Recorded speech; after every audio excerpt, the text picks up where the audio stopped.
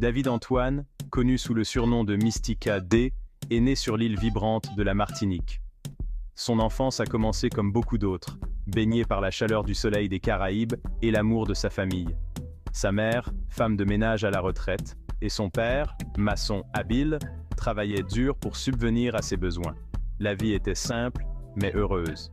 La tragédie a frappé tôt lorsque David a perdu son père. Ce fut un coup dévastateur, laissant un vide immense dans sa vie. Il n'était qu'un garçon, et la douleur de cette perte était incommensurable. Sa mère, désormais seule pour l'élever, portait le poids du monde sur ses épaules.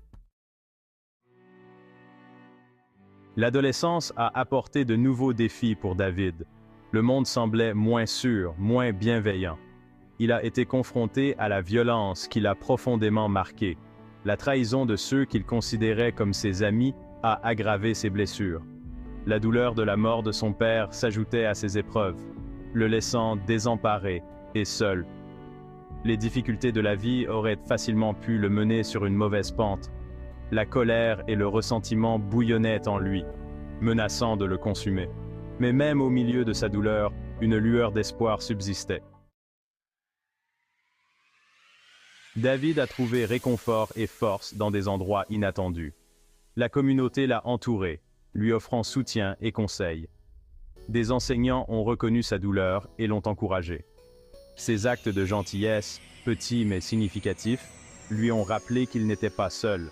La musique est devenue son exutoire, un moyen d'exprimer les émotions qu'il ne pouvait traduire en mots. À travers la musique, il a trouvé sa voix, partageant son histoire et se connectant avec d'autres personnes qui avaient vécu des épreuves similaires. Le destin a infligé un nouveau coup dur à David lorsqu'il a été victime d'un accident presque fatal. L'expérience a laissé son compagnon marqué physiquement et lui émotionnellement.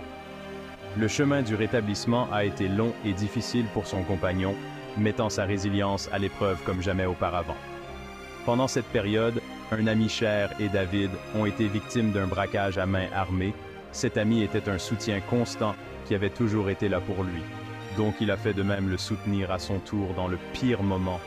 Le chagrin l'a submergé une fois de plus, menaçant de le noyer dans la tristesse. Pourtant, au milieu de la douleur, David a découvert une force intérieure qu'il ne se connaissait pas un jour où il créa l'or. Le parcours de David, marqué par la perte et les épreuves, est devenu son plus grand professeur. Il est sorti des ténèbres, non pas indemne, mais plus fort et plus déterminé que jamais. Ces expériences ont fait naître en lui une passion pour l'aide aux autres.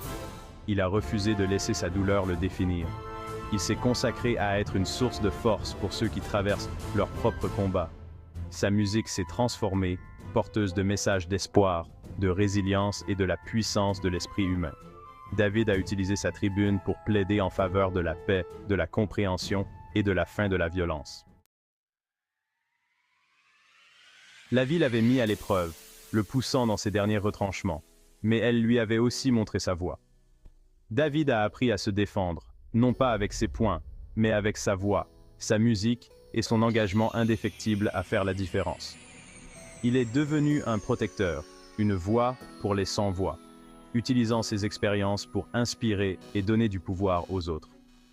L'histoire de David est un témoignage de la résilience de l'esprit humain.